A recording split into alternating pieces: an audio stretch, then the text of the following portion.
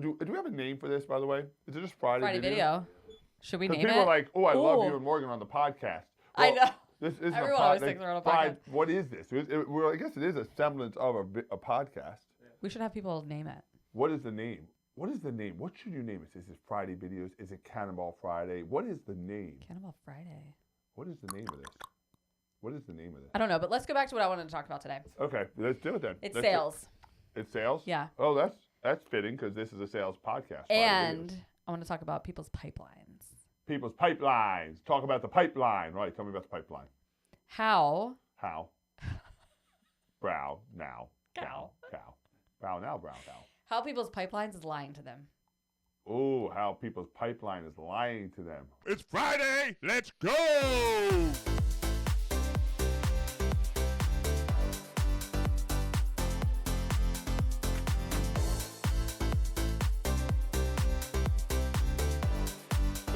Let's go. It's Friday.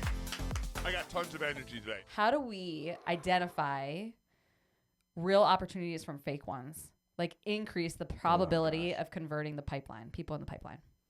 Yes, I like this topic. Okay, good. Yes, I like this topic. But I feel like it's going to piss people off again. Like, I feel like that's what I do on these Friday videos. It's funny because every time I see people, they're like, oh my God, we love Morgan on the Friday videos. Right? Nobody says they love Chad on the Friday videos because Morgan doesn't piss anybody off on the Friday videos. When Chad's like, I say all these things that upset people, but I don't care. I'm going to own it.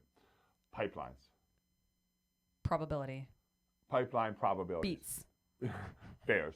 Battlestar Galactica. Identity theft is not a joke, Jim. Okay, probability of pipelines. Okay, so here's the reality is like, how do you judge?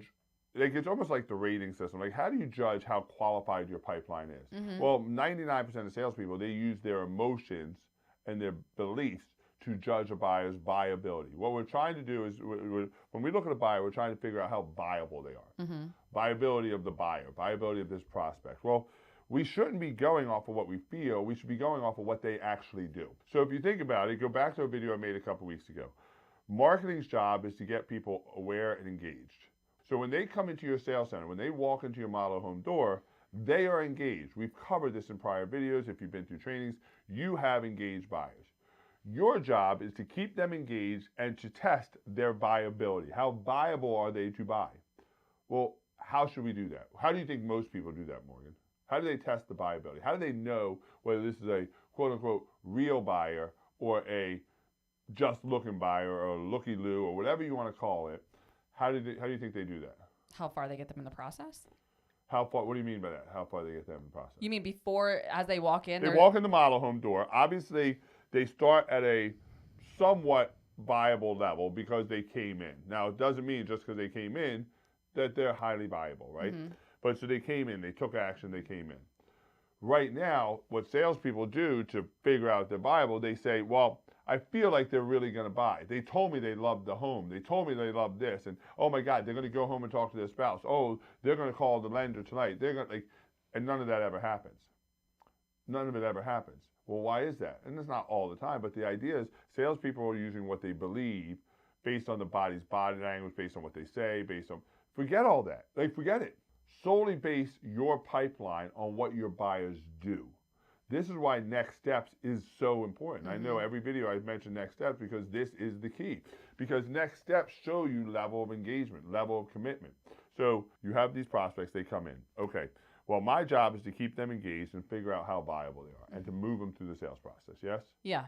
So I do a model home tour. It may not happen in this order, but I do a model home tour. I'm asking the right questions. So at the end of that model home tour, I have a transition period. I got to transition them from model home tour to community tour or lot walk. And again, it might not happen in that order, but in this scenario, that's what we're going to say. Well, what am I doing? What am I doing in that transition? How do I transition them from one to the other? What am I doing? Well, what I'm doing is testing their buyability. If we've spent 30 minutes together and we've uncovered a home that they like, a home type that they like, or we've had a conversation, we're going to the next step, next milestone. Yep. Well, if the buyer is going along and the buyer says, yes, I would love to go along. Yeah, that makes sense. Let's go look at some home sites. Well, the buyability just increased. Well, why did the buyability increase? Because the buyer continued through the process. They didn't give you a get out of jail free. They didn't say I had to pick up my kids. I gotta get dinner on the stove. I gotta go to the doctors. They didn't do any of that. You asked, you closed them on that milestone, you moved them to the next milestone. They're highly viable.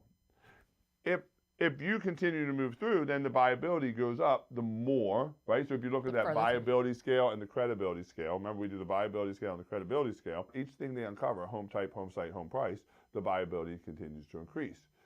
So when they continue to move forward, the more they move forward, the highly viable. It makes sense. Here's the challenge. At the end of whenever they stop that sale, whenever that sale stops, whether it's after the home tour, model tour, price out, whatever, if they don't make a decision to buy, if they don't make a decision, yes, I'm buying, no, I'm not buying, not yet. If they make no decision, if they fall into the follow-up bucket, that FU bucket, they're no longer viable. This is what upsets salespeople. They're like, they think they have all these people in the FU bucket and they're all highly viable. No, they're not. If they were viable and they were interested, then they would have scheduled the next step. Right. So what I'm doing at the end of every milestone and why I'm setting a clear, agreed upon actionable next step, why I'm getting those next steps, why I'm booking next appointments, why I'm doing the calendar invites, is because I'm testing their viability. So the only people that are highly viable, this is where people are going to get upset, the only people that we know for sure are highly viable are the ones who are giving you commitment. If they're not doing that, then you're just using an assumption, not a concrete. We want facts. Facts are, they met with me 45 minutes and they agreed to come back and meet with me next Thursday at 3 o'clock. And oh, by the way, they accepted the calendar invite. That's why we send the calendar invite. We send the calendar invite because it moves from an agreement to a commitment. And if they committed to a next step, that means they're highly viable. That's why our conversion rate on second, third, fourth appointments continues to go up, because they're giving you commitment. They're giving you commitment. That means that they're giving you more time. If they're giving you more time, how many people, if you went to buy a car and you weren't interested, would you schedule and commit to giving somebody another 45 minutes a week later? No. No. Why? Because you're not interested. Yeah. Would you just give somebody 45 minutes because you Just to feel give them bad? 45 minutes? No. No. You'd find a way out of it. You wouldn't commit to it. And so we do this to test their commitment level. So if anybody, your pipeline should be full of next steps on your calendar, and that pipeline should be really high. That's why your calendar's conversion rate is the highest conversion rate you'll ever have. Let me say this again. Your calendar's conversion rate will be the highest conversion rate you ever have, not your follow-up bucket. And it's because those people in your pipeline, if they are not on your calendar, they are low-level viability. You want higher viability, higher probability, get them on your calendar. You can take those ones to the bank that you're going to close 8 out of 10, 9 out of 10 of those.